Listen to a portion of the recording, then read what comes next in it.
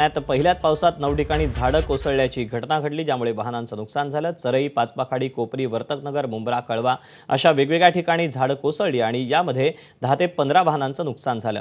कोपरी भागात झाड पडल्यानं 2 घरांचंही नुकसान झालं। दरम्यान मान्सूनपूर्व तयारीमध्ये झाडांचा योग्य वेळेत छाटणी केली असती तर अशा घटना घडल्या नसत्या, असा संताप नागरिकांनी व्यक्त केला।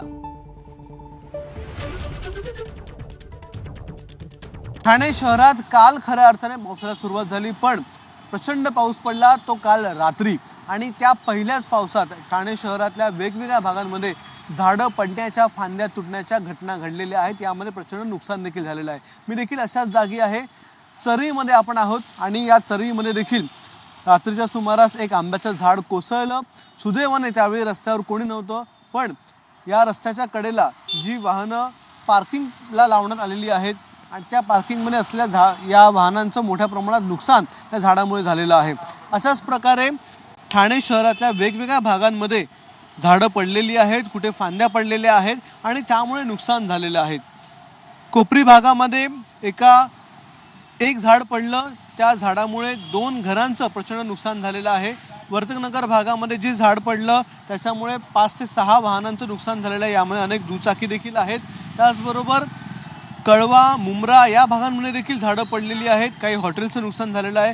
पाचपाखाडी भागामध्ये एक झाड पडलेलं आहे आणि अशा अनेक घटना या केवळ 12 ते 15 तासांमध्ये घडल्यामुळे ठाणे महानगरपालिकेने मान्सूनपूर्व तयारी केली का हा प्रश्न निर्माण होतो। आता जरी या दुर्घटनांमध्ये कोणालाही दुखापत झालेली नसली तरी देखील या आधी अनेक नागरिकांचे प्राण गेलेले आहेत, कारण रस्त्यावरून चालताना अचानक झाड खाली कोसळलंय। याचा उपाय काय, तर मान्सूनपूर्व या झाडांची छाटणी करावी लागते। ठाणे महानगरपालिकेने ही झाडांची छाटणी व्यवस्थित केली का हा प्रश्न निर्माण होतो, कारण पहिल्याच पावसात 9 ते 10 अशा दुर्घटना घडल्या आहेत, ज्यामध्ये झाडं अचानक रस्त्यावरची खाली कोसळलेली आहेत, पडलेली आहेत आणि त्यामुळे वाहनांचं मोठ्या प्रमाणात नुकसान झालंय।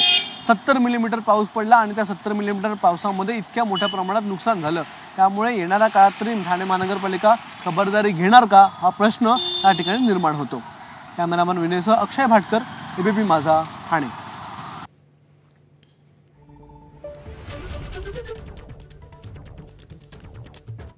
आणि यानंतर आता आषाढी वारीसाठी संत मुक्ताईंची पालखी प्रस्थान ठेवते। या